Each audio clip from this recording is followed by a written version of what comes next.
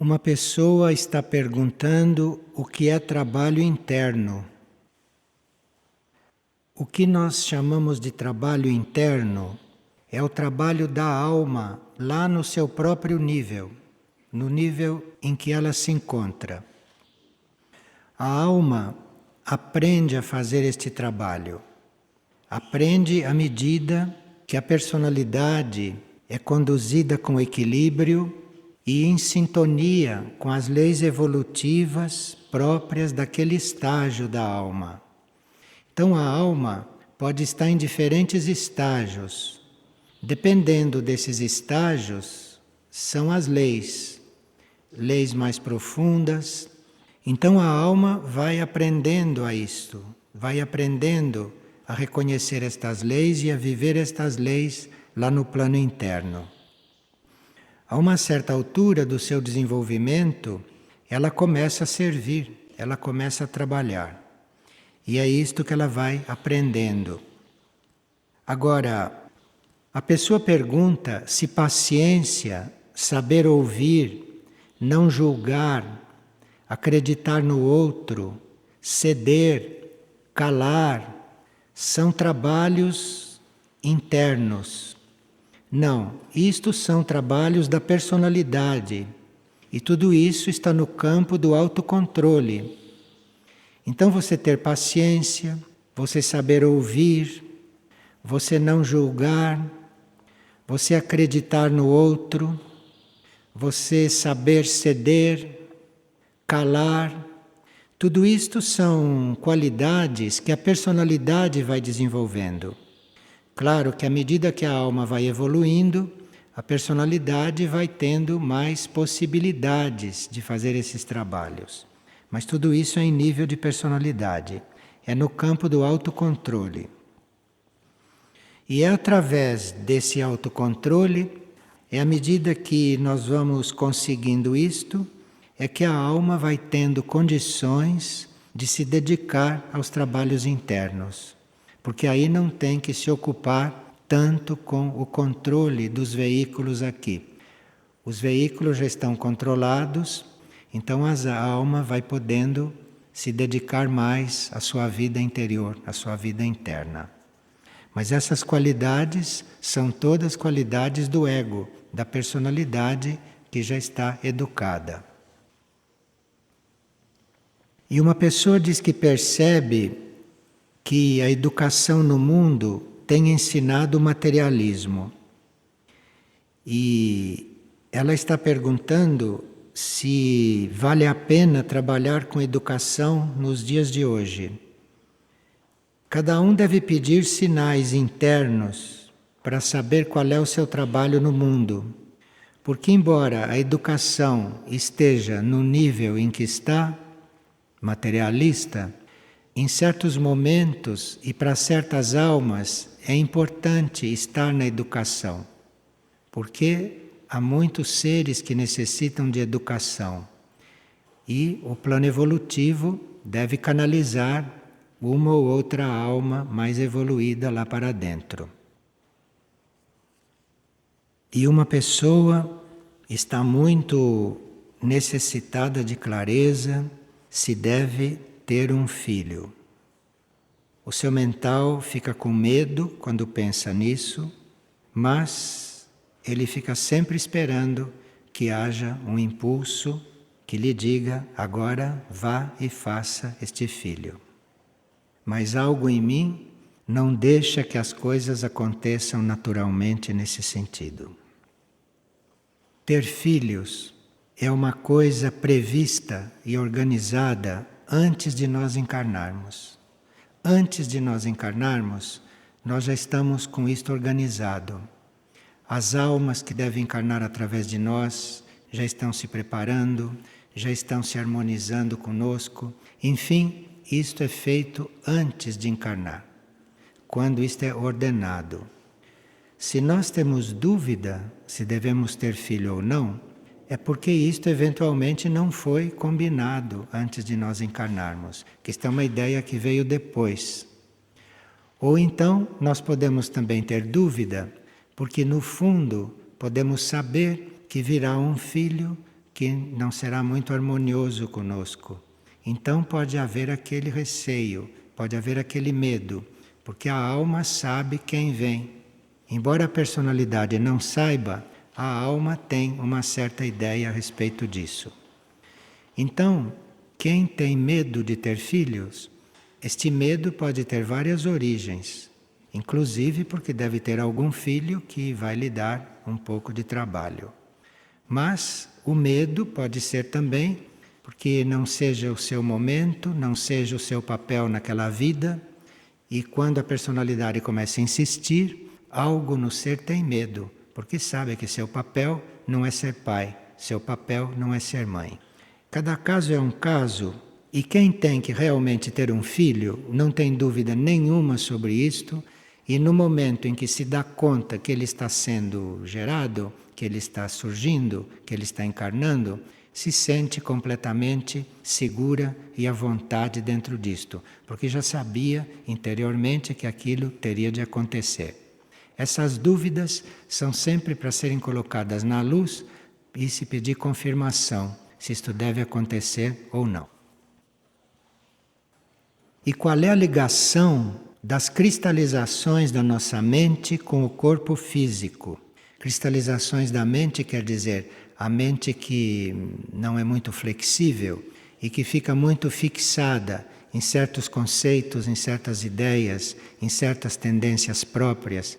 Então a mente, insistindo muito nesses pontos fixos, a mente vai ficando cristalizada, para se usar uma palavra simbólica. E uma mente que se cristaliza, uma mente que não evolui, que não fica arejada, que não muda, que não se transforma, isto pode produzir uma série de paralisações no corpo físico. Pode produzir defeitos de circulação e de várias coisas. Se a mente se cristaliza, aquilo vai refletir no corpo físico como uma falta de movimento, de vitalidade, de transformação. E pode sim produzir ralentamento de certos ritmos físicos e até paralisações. E como mudar isto? Como mudar uma mente que está se cristalizando? Bem, nós podemos eventualmente buscar novas ideias, buscar novos conceitos, buscar novas notícias, novas informações através de leituras. Porque as leituras atingem diretamente a nossa mente e uma leitura adequada no momento adequado, absorvida com boa vontade, com gratidão, pode sim mudar o ritmo da nossa mente, pode ajudar bastante. E o que precisa fazer uma pessoa acima de 50 anos que não sabe o que fazer da vida e não sabe que rumo tomar? Pode ser que estes 50 anos que passaram estivessem sendo usados para revisão de alguns aspectos antigos. E é preciso que esta pessoa termine certas revisões, que esta pessoa reencontre certos princípios, para depois ela encontrar o novo rumo da sua vida, ou a nova direção da sua vida. Agora, a pessoa pode perguntar em oração que rumo ela deve tomar, perguntar para dentro, perguntar para o próprio espírito, perguntar para o próprio interior qual é o rumo que ela deve tomar.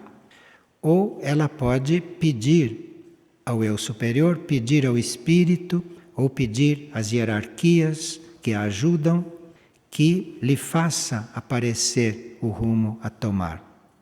Isto é um tipo de resposta. Agora, outro tipo de resposta é que muitas vezes o nosso rumo na vida é procurar um rumo. Porque nós, tendo a vontade de encontrar um rumo, ficando preocupados porque não encontramos um rumo, vamos perseguindo este rumo. Isto é que é importante. Então o rumo, naquele momento, é você buscar o rumo. Porque talvez isto tenha que ser treinado, estimulado. Talvez você tenha que aprender a buscar o rumo da sua vida, porque você não buscou isto em vidas anteriores. Então, antes de você encontrar o seu rumo, você precisa aprender a buscá-lo. Você precisa aprender a estar atrás dele. Então, o rumo naquela vida é aprender a buscar um rumo. Essas coisas existem. E nós temos que ser muito tranquilos diante da nossa própria situação. Não existe nenhuma situação estática. Está sempre acontecendo alguma coisa.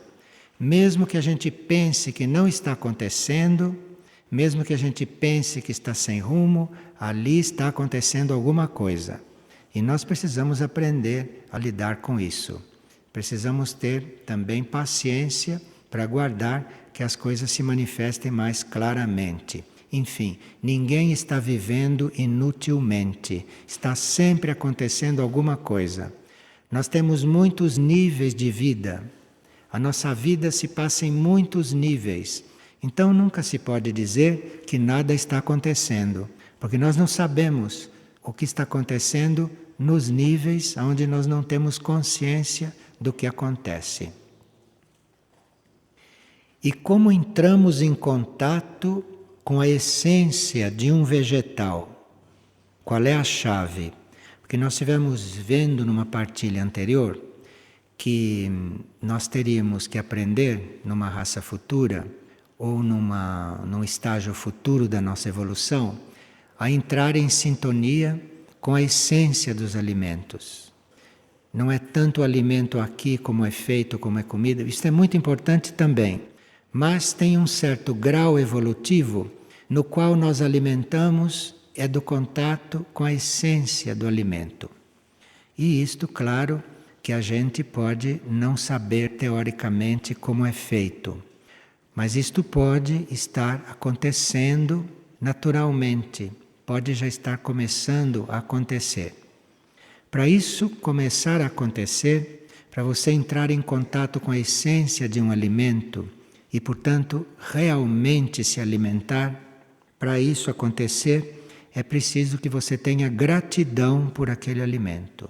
A chave para você entrar em contato com a essência do alimento não é mastigar bem, não é comida ser bem temperada, não é ser bem cozida, não é ser bem arrumada. Isso tudo é importante, mas isso tudo são exterioridades. O importante é você ser grato ao alimento que está recebendo. E através desta gratidão, desta verdadeira gratidão, é que você entra em contato com a essência daquilo. E aí, o resultado da introdução daquele alimento no corpo é completamente diferente. Porque aí, com gratidão e com contato com a essência daquele alimento, então a química oculta vai começar a agir em você. E a química oculta é uma química que nós podemos colocar em movimento e que pode transformar completamente um alimento. Então, por isso é que todas essas teorias alimentares são relativas, porque se não existe química oculta, você nunca pode acertar corretamente com o alimento. Porque como é que você vai saber, com que meios você vai saber, a não ser meios intuitivos, qual é o alimento que te serve naquele momento? Só pela intuição. Mas como normalmente isto não acontece, normalmente nós não podemos acertar totalmente qual é o alimento mais adequado naquele momento, porque não temos este mecanismo intuitivo ainda trabalhado e livre. Então, como não conhecemos isto, nós contamos com a química oculta quando nos alimentamos. Isto é, eu posso saber que posso não estar me alimentando corretamente, por tantas razões, por tantos motivos. Então eu conto com a química oculta. Isto é, eu conto com aquela capacidade do meu corpo fazer química que ele vai adaptar aquele alimento para a minha necessidade. Então este assunto é um assunto amplo e isto começa a acontecer, nós começamos a viver isto, nós começamos a fazer esta experiência da química oculta diante de qualquer alimento quando somos gratos. Quando somos gratos para o reino vegetal que está nos doando aquele alimento. Esta química oculta é tão real, tão verdadeira e tão existente que havia um grande instrutor que dizia: você pode beber água até de uma poça de lama e não fazer mal. O que quer dizer isto? Quer dizer química oculta em ação, em outras palavras. Então, se você pode tomar água de uma poça lamacenta sem que nada aconteça de desequilibrado em você, você pode realmente comer qualquer alimento, desde que a química oculta esteja em você ativa. O princípio disso é você ser grato. É você ser grato por tudo e no campo da alimentação você ser grato pelo alimento que você receber. Isto é muito complicado para as pessoas, ser grato.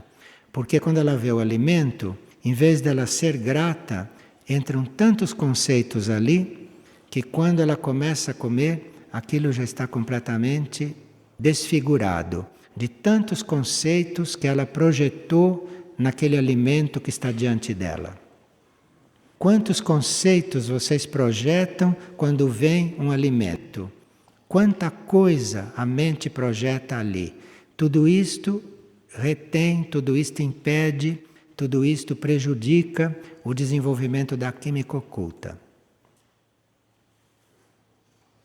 A pessoa diz que no livro A Luz que Brilhou no Abismo Escuro, a autora diz que quem não possui fórmulas de palavras mágicas é incapaz de se proteger contra forças obscuras. Este é um conceito tipicamente oriental e de quem é ligado ao campo da magia. Então essas palavras mágicas, que são mântricas e que são disponíveis no Oriente, aqui no Ocidente nós não as usamos ou nós não as conhecemos. Mas, em geral, as orações formais que existem aqui no Ocidente, Pai Nosso, Ave Maria, todas essas orações formais e outras, toda oração formal não deixa de ser uma série de palavras que funcionam como mantras. Se são orações verdadeiras, se foram compostas com sinceridade, estas orações correspondem àquilo que no Oriente se chama de palavras mágicas. Então, palavra mágica é um termo que pertence à cultura oriental. E quando a gente necessita de uma ajuda externa, nós podemos não ter nenhuma palavra mágica, mas podemos fazer uma oração, podemos fazer um pedido e aquilo pode ser atendido. Aquilo pode ter o mesmo efeito de uma palavra mágica. E às vezes, diz uma pessoa, fico muito indeciso na hora de orar. A quem devo endereçar minhas orações? Ao meu eu superior? A Padre Pio?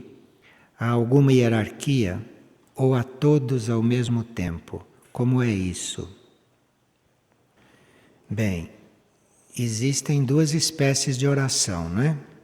Uma oração que é um pedido, que é uma súplica, que é uma busca de uma ajuda, e quem precisa disto deve orar assim, pode orar assim, e vai depois observar que efeitos obteve.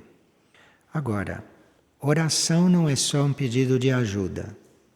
Quando se trata de pedir ajuda, você vai pedir ajuda naquela direção que você necessita.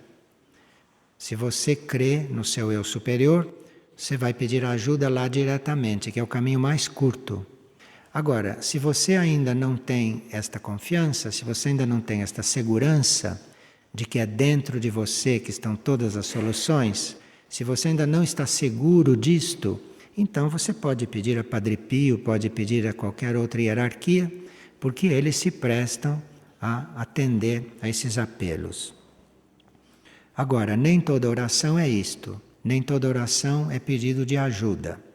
Tem certas orações que são apenas uma abertura para um plano mais elevado, apenas uma abertura. Agora, esta oração, que é um simples uma simples abertura, esta oração, que é uma simples atitude de estar aberto para um nível mais elevado, isto é para aqueles que têm mais fé. Porque apenas nós nos dirigimos a um nível mais elevado, nós estamos tendo respostas. Mas como essas respostas às vezes não são visíveis, então aqui precisa fé. Então, esta oração simples, que é uma simples abertura para um nível mais elevado, isto é para aqueles que já têm mais fé, que têm uma fé atualizada. Os outros necessitam pedir ajuda especificamente. Como se o único, como se a energia única não estivesse sempre para nos ajudar. Não tem fé, então precisa pedir ajuda. São níveis de oração e todas elas são eficientes quando se é sincero. Uma pessoa diz que sabe que neste mundo a perfeição não é possível, que nós devemos aspirar à perfeição, mas como seres imperfeitos que somos, nunca a atingimos. O que é a perfeição e se no mundo espiritual existe perfeição? A perfeição que nós conhecemos é uma perfeição por etapas. Assim, existe um padrão estabelecido para a nossa vida. É um determinado padrão. E aquele padrão nós teríamos que atingir.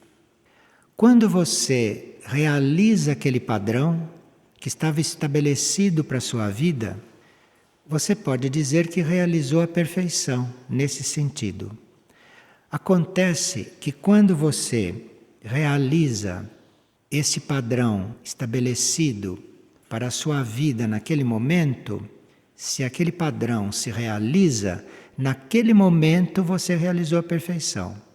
Só que você não chegou à perfeição total, porque imediatamente depois aquele padrão vai se mostrando mais, vai se desdobrando. Então, você parece que atingiu a perfeição, mas aí ele vai se mostrando mais um pouco e você vai buscando a realização daquilo. Aí, se você continua trabalhando aquele padrão, você de novo tem a impressão que atingiu a perfeição. Você atingiu é aquele grau de padrão que você tinha que expressar. Mas aí ele torna a progredir, ele torna a evoluir. Então você está sempre buscando essa perfeição. Enfim, para nosso entendimento, a perfeição é aquela pureza original da vida. É a vida sem sobreestruturas. É a vida sem coisas mentais estruturando a vida. É a vida original na sua pureza. Por isso que é impossível de conseguir nesta vida. Porque a vida original, você vai chegar nela depois de muito trabalho. Então, esta vida é sempre uma busca de perfeição. Mas, nos momentos em que o seu potencial interno está em movimento, nos momentos em que o seu potencial interno está sendo dinamizado, você pode dizer que está no caminho da perfeição. Mas, quando ele se dinamiza e você pensa que chega lá, como é infinito isto, você está sempre buscando a perfeição. E após obter a realização de um padrão num nível, coisa que não é fácil, você vai ter que realizar aquele mesmo padrão num outro nível. Então já é outro grau de perfeição, é outro tipo de perfeição. Há graus, portanto, de perfeição. Você pode fazer um pão, eventualmente de forma perfeita, mas se aqueles condimentos, aqueles elementos nutritivos modificaram durante o trabalho de feitio daquele pão, ele já não está mais feito com perfeição. Porque você aplicou tudo ali, mas aqueles padrões foram mudando, aquele trigo não é mais o mesmo, então não pode ser um pão perfeito. Porque ele foi bem feito, ele foi feito com perfeição, mas ele mudou durante o trabalho.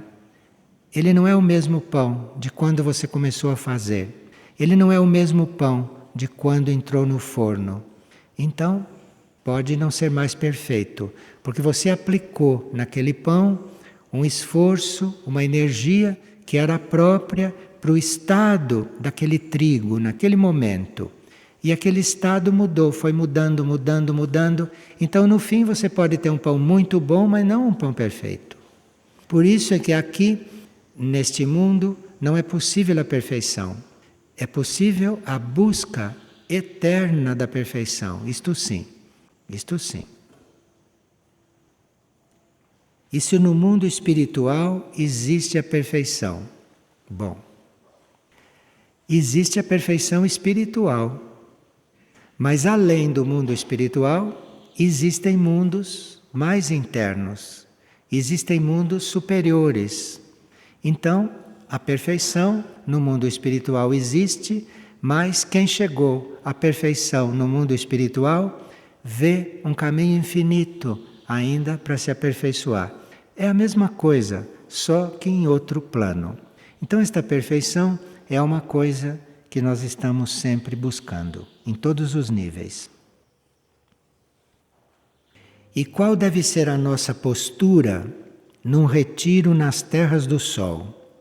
É a mesma postura que retiros em qualquer outra área de Figueira, isto é, os retiros podem ser uma oferta do ser ao silêncio interior. Então, o ser está se oferecendo para entrar em silêncio. Se o ser está nesta oferta e se nós estamos ofertados ao silêncio, a estar em silêncio, isto é a atitude do retiro. É isto que se faz em um retiro. Quando nós estamos ofertados ao silêncio, algo está sempre acontecendo em benefício de nós nos encaminharmos para o silêncio. E aí nós temos que realmente fazer silêncio, não ficarmos ansiosos, não ficarmos na expectativa, que nós colocamos esta proposta de estar em silêncio, do nosso ser se ofertar ao silêncio.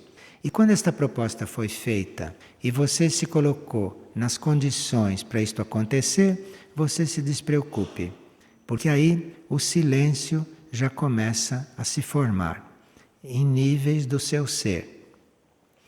Às vezes esse silêncio começa na mente, às vezes esse silêncio começa no nível emocional.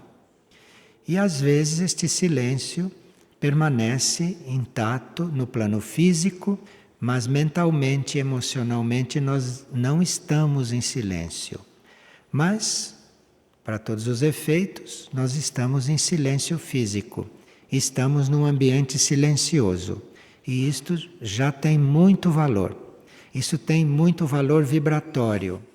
E, num ambiente silencioso, nós já podemos estar sendo trabalhados, embora a nossa mente, o nosso emocional, não esteja em silêncio. Este assunto do ambiente estar silencioso, o ambiente físico, o ambiente externo, é muito importante, é essencial em todo lugar de retiro, porque este silêncio exterior é muito necessário para aqueles que não silenciam com facilidade mentalmente e para aqueles que têm dificuldades em silenciar emocionalmente. Então o silêncio externo é muito importante, porque pelo menos fazem este.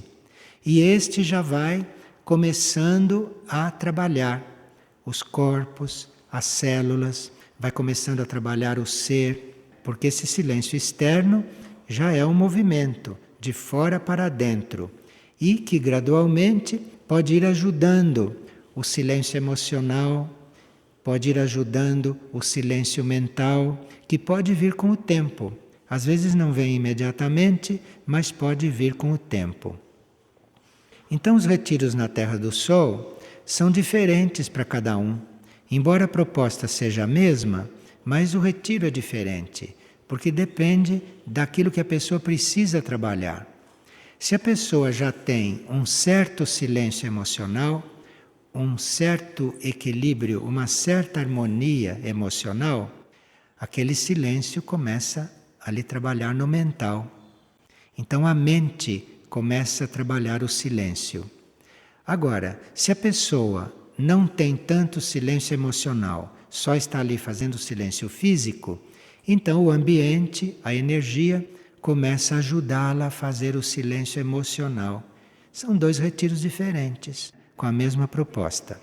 Então você faz um grupo, um pode já estar trabalhando o silêncio mental, o outro pode estar trabalhando o silêncio emocional, o outro pode estar usufruindo do silêncio físico, para posteriormente ir conseguindo o silêncio emocional e o silêncio mental. Os casos são diferentes. O ambiente é o mesmo, a proposta é a mesma, mas cada um pode estar trabalhando isto em um nível. Em geral, a pessoa que faz silêncio mental e que faz silêncio emocional, em geral, esta pessoa não procura retiros, porque ela está em retiro aonde ela estiver. Porque se ela está já em silêncio mental e já em silêncio emocional, ela tem todos os elementos para se retirar no seu ponto interior. Então ela não precisa fazer um retiro externo. Agora, nós não teríamos que estar assim orgulhosos e pensar que não precisamos de um retiro externo. Porque muitas vezes nós nos iludimos com isso e quando chegamos lá no retiro externo é que vemos o quanto agitado estávamos e não sabíamos. Porque esse retiro externo, com a sua energia silenciosa, isto começa a suscitar algo do nosso subconsciente, isto começa a fazer emergir certas coisas que enquanto nós estamos na vida ruidosa, não tem ocasião de emergir. Então muitas vezes nós pensamos que não precisamos de um retiro porque já estamos calmos, já estamos em silêncio e tudo isso, mas nós não fizemos ainda esta experiência. De repente nós entramos num ambiente silencioso e ali começam a emergir coisas que nas distrações e nos barulhos não emergem. E aí nós temos oportunidade de conhecer aquelas coisas, de trabalhar aquelas coisas, ou de já ir dissolvendo aquelas coisas à medida que elas aparecem. Então cada pessoa está fazendo um tipo de retiro. Não tem 2 pessoas trabalhando a mesma coisa. Às vezes se vê o grupo todos caminhando no mesmo horário, todos fazendo a mesma tarefa, mas não tem um fazendo igual ao outro. Porque a necessidade de silêncio, a necessidade de harmonia, pode estar em um nível ou em um outro, dependendo do indivíduo. E ele ali está trabalhando coisas diferentes dos outros, embora o retiro seja o mesmo, embora as coisas sejam iguais para todos externamente. Mas o efeito do silêncio externo é diferente em cada um. Bem, aqui tem uma pergunta que representa a observação de uma pessoa e que representa como a pessoa vê as coisas, né? A pessoa pergunta: por que não conseguimos viver em irmandade dentro dos nossos lares, como nós conseguimos viver em irmandade aqui dentro? Por que tudo lá é tão difícil e há tanta necessidade de chegarmos a extremos, e aqui tudo é tão simples na convivência? Bem, esta pessoa sente isto assim, e a resposta para ela também pode servir para nós em algum sentido. Nós podemos não ter harmonia nos nossos lares, porque nem sempre nós escolhemos aquelas pessoas antes de encarnar. Nós não escolhemos aquelas pessoas, nem sempre. Às vezes escolhemos, mas às vezes não escolhemos. Às vezes nossos lares são compostos por seres não escolhidos por nós, mas por seres que vieram complementar algum processo kármico nosso. Então, como nós não escolhemos aquelas pessoas estão juntas não por nossa livre escolha, mas estão juntas porque fazem parte de um certo processo kármico que deve ser resolvido entre elas, pode não haver harmonia. Isto nos lares que nós não escolhemos, que foram organizados para nós ali vivermos e para ali nós fazermos um certo trajeto, para ali nós resolvermos algumas coisas. Então, poucos de nós escolheram os lares onde nasceram e poucos de nós reuniram aqueles componentes. Poucos, pouquíssimos. Então ali existe uma escola, ali existe uma necessidade de se encontrar, uma capacidade de harmonizar as coisas. Aqui, teoricamente, isto não foi compulsório, porque quem entrou aqui veio de livre e espontânea vontade, não veio para cá compulsoriamente. Isso faz uma grande diferença. Então, quando você se dá conta, você nasceu em um determinado lar e não escolheu aquelas pessoas. Aqui, você veio porque quis, você viu quem você ia encontrar aqui, você conhece as pessoas, sabem que elas são muito diferentes de você, você já sabe isto tudo de antemão, mas veio assim mesmo. Aqui é a diferença, compreende?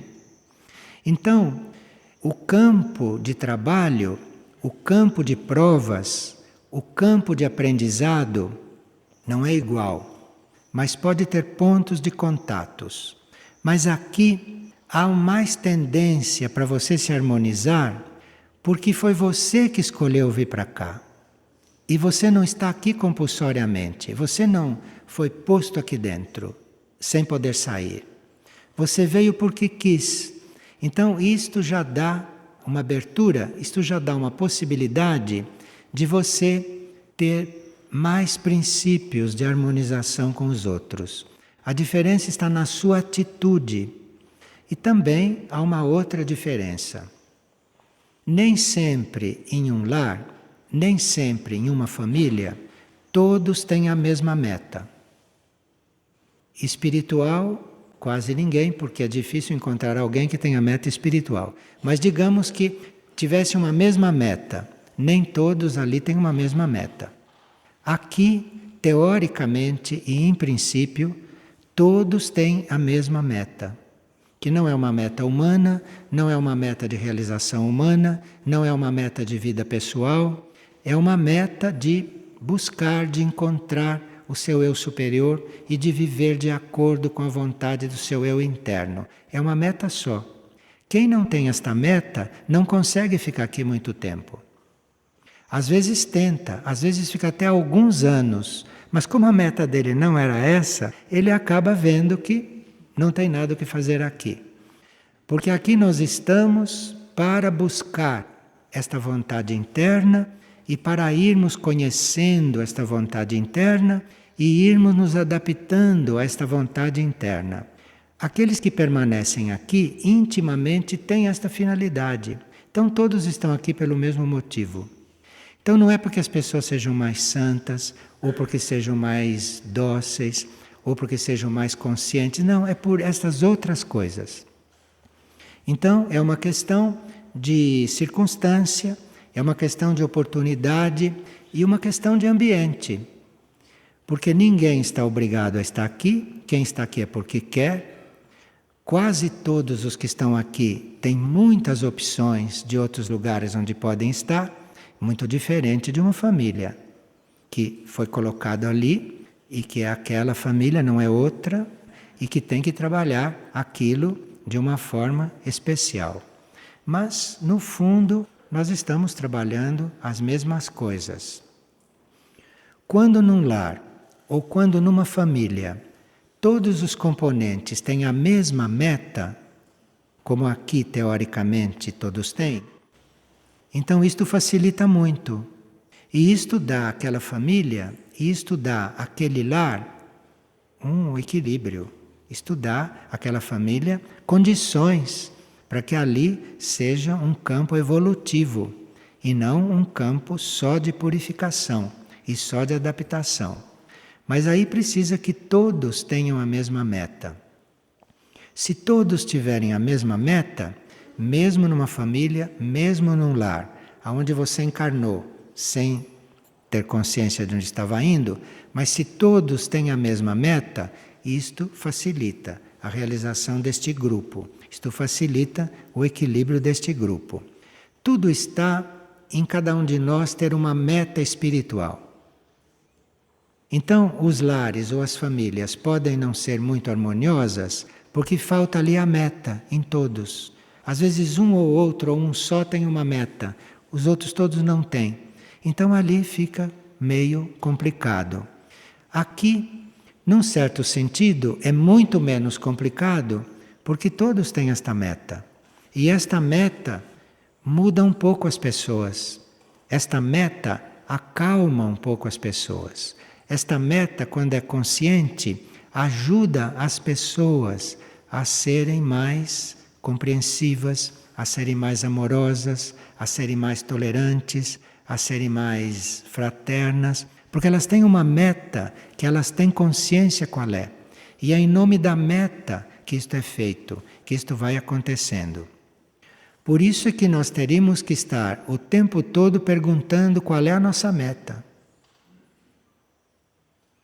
Antes de querer que a família tenha uma meta. Perguntar qual é a sua meta, porque isto já começa a ajudar uma meta a ficar clara ali dentro. E isto pode ajudar outros a começarem a se perguntar qual é esta meta. O trabalho em família, o trabalho nos lares, é um trabalho que não é muito simples, como nós todos sabemos, né? Não é muito simples.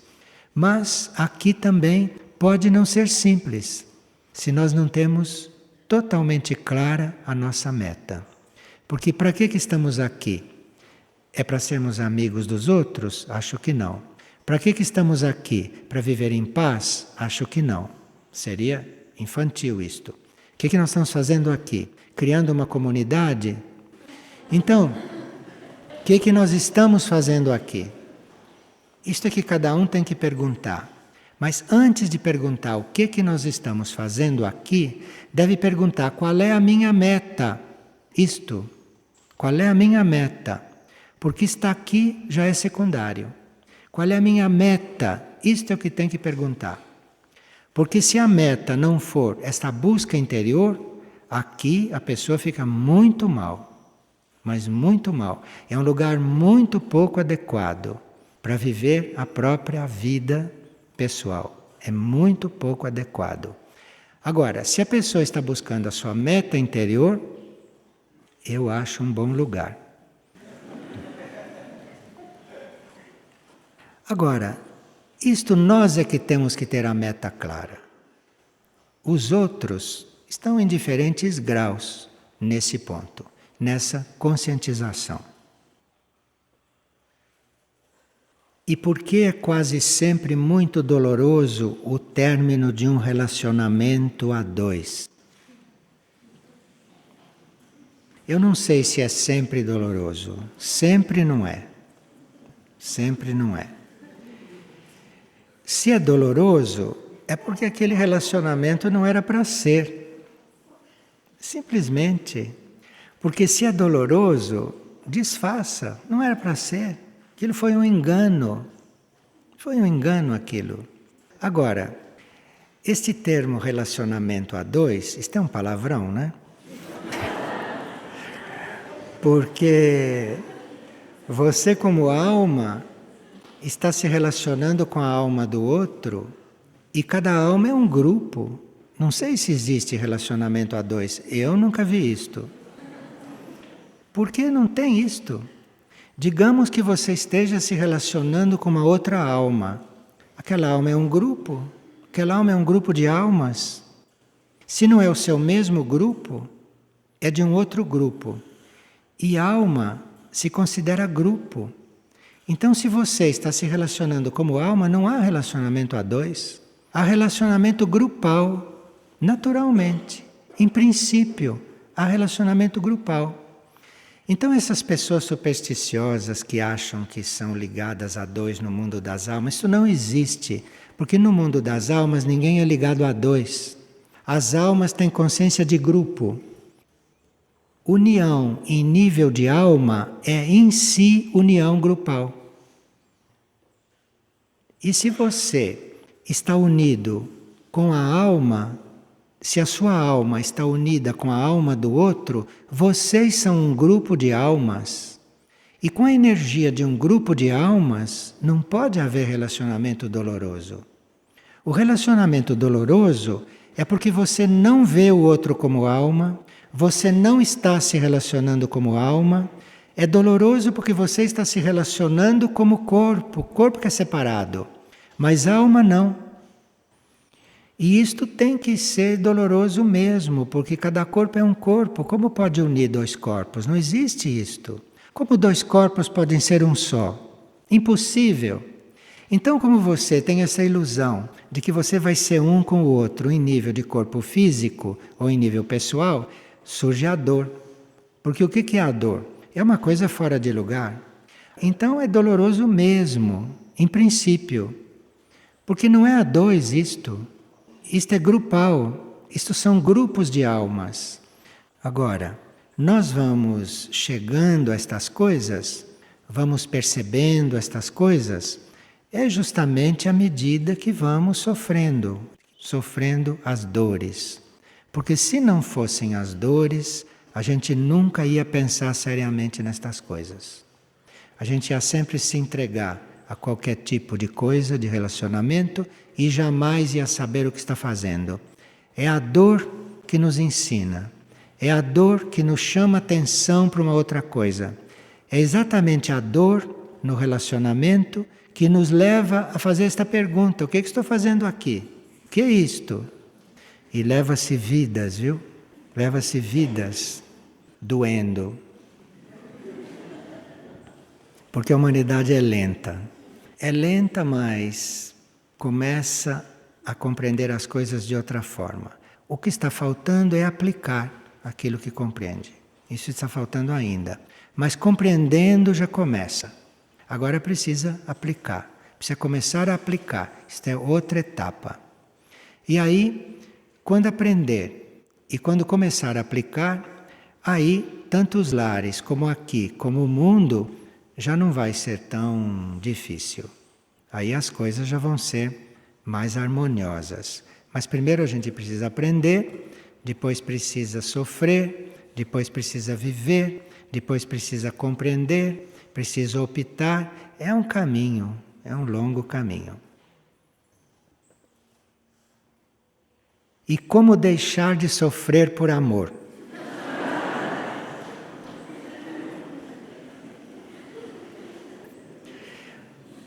Eu não sei se quem sofre ama, porque eu não sei se o amor causa sofrimento. Aí tem algum mal entendido. Então sofrer por amor, não sei se isso existe, porque no amor não há sofrimento. No amor é todo o contrário de sofrimento, no amor há plenitude. Se você está sofrendo por amor, é porque você está canalizando a sua energia para o lugar errado. Aí começa a sofrer. Mas não por amor. Você está sofrendo porque não está sabendo canalizar o amor. Aí sim, aí dá sofrimento mesmo. Então, como deixar de sofrer por amor? Só tem um caminho que todos sabem, todos já ouviram falar nisto e muitos seguiram este caminho e não sofreram mais. Isto é, o caminho é você amar em primeiro lugar a Deus. Quando você não põe Deus em primeiro lugar, você pode contar que você vai sofrer. Mais cedo ou mais tarde você vai sofrer. O caminho é você amar a Deus em primeiro lugar e totalmente e incondicionalmente. Porque é Deus que vai te dar o jeito de amar os outros, compreende? Aí não tem sofrimento não. Mesmo que Deus tenha canalizado o seu amor para alguém, não vai acabar em sofrimento, porque você não mandou para lá diretamente. Você deu o seu amor a Deus. Você deu o seu amor ao único. Você deu o seu amor ao todo. Você deu o seu amor à consciência única, Aqui não tem como sofrer. Então, este amor não tem sofrimento algum. E você vai ver que o amor não é para sofrer. Se você canaliza este amor corretamente quer dizer para Deus, e Ele começa a distribuir esta energia para quem Ele achar que precisa deste amor, você aqui está amando a qualquer um, você aqui está amando a todo mundo, sem nenhum problema e sem nenhum sofrimento. Porque você deu aquilo a Deus, e Deus canalizou aquilo para um rumo. E você está ali como veículo, você está ali como colaborador do único, você está ali como colaborador de Deus, não como amante, percebe? Você está ali numa outra posição, você está ali fazendo outra coisa. E aí não tem como sofrer, porque se você deu a Deus, e se Ele é que colocou ali, aconteça o que acontecer, está bem, porque aquilo que era correto. Então não tem sofrimento. Existe uma alegria infinita em amar. Mas desta forma, não mandando para lá diretamente. Este amor é para o único, este amor é para Deus. E quando você vê que Ele mandou este amor para todos, é uma grande alegria. Quando você vê que Ele mandou aquilo especialmente para alguém, é uma grande alegria. Porque a alegria está no caminho que isto fez. E o caminho está no rumo que isto tomou. Não na reação da pessoa que foi amada, entendeu? A pessoa que foi amada pode até recusar o teu amor. Ela tem todo o direito, se ela está neste ponto. Então, ela pode até recusar o teu amor. Isto não tolhe a tua alegria, isto não dá sofrimento, porque não foi para ela que você mandou, foi para Deus. E se Ele colocou seu amor ali, naquele, é porque é aquilo que era para ser. Não tem sofrimento. É porque o seu amor tinha que curar aquele, o seu amor tinha que salvar aquele, o seu amor tinha que alimentar aquele, entendeu? Não importa quem é, não foi você que escolheu, não foi você que dirigiu para lá. Percebe como a gente está fora de caminho nesse campo? Mas nunca é tarde para entrar, porque o raio é o raio do amor. O segundo raio, amor-sabedoria, é este que governa. Este que governa o sistema solar. Então, na hora que você quiser colocar o seu amor em ordem, é só você dizer lá para dentro, vamos pôr isto em ordem, que começa a entrar em ordem. É só você pegar este amor, toda essa capacidade de amar que você não conhece, porque ninguém conhece a sua infinita capacidade de amar. Tem gente que pensa até que não ama, imagina que gente iludida. Gente que não conhece a capacidade da própria alma, que não conhece a capacidade do próprio espírito, então acha que não ama, que não pode amar. Esses têm que pegar este amor, que eles nem acreditam que existe, e põe na mão do único. Entrega isto, doa isto, diga, toma conta disto, que quando perceber vai ver que está amando.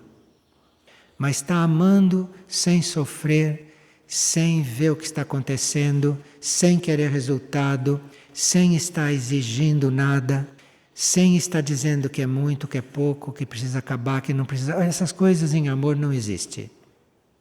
Não existe. Mas precisa que a gente encontre isto. Que a gente encontre isto que acho que encontra quando não quer nada. Porque mesmo querer isto, já vai controlando aquilo. Isto vai acabar em sofrimento. Porque isto é uma coisa incontrolável. Isto, amor, é uma coisa que não é desta terra. O amor não é deste mundo. O amor é uma energia que mantém o sistema solar integrado e unido e funcionando. O amor é uma coisa cósmica. O amor não é uma coisa resumida a este mundo. O amor não é uma coisa mesquinha, que seja de pessoas e de coisas deste mundo. O amor não é deste mundo, o amor não é de uma pessoa. O amor é cósmico. E você precisa aprender a lidar com isto. Porque você tem isto dentro, você tem esta semente dentro de você e você precisa aprender a lidar. Você precisa aprender a deixar isto se expandir, isto se expressar. Mas isto vai se expandir e vai se expressar não lá onde você quer. ou aonde você acha, ou aonde você vê, porque nós não vemos nada neste campo. Campo do amor não vemos nada. Campo do amor nós percebemos, não vemos nada. O que vai ver neste campo? Porque isto é uma coisa totalmente interna, isto é uma coisa infinita. Vai ver o quê? Você precisa doar isto, você precisa entregar. Entregar isto a uma fonte inteligente e deixar que aquela inteligência faça o que quiser desse amor. Aí não tem como sofrer. Nunca vi ninguém sofrer com isto. Nunca vi.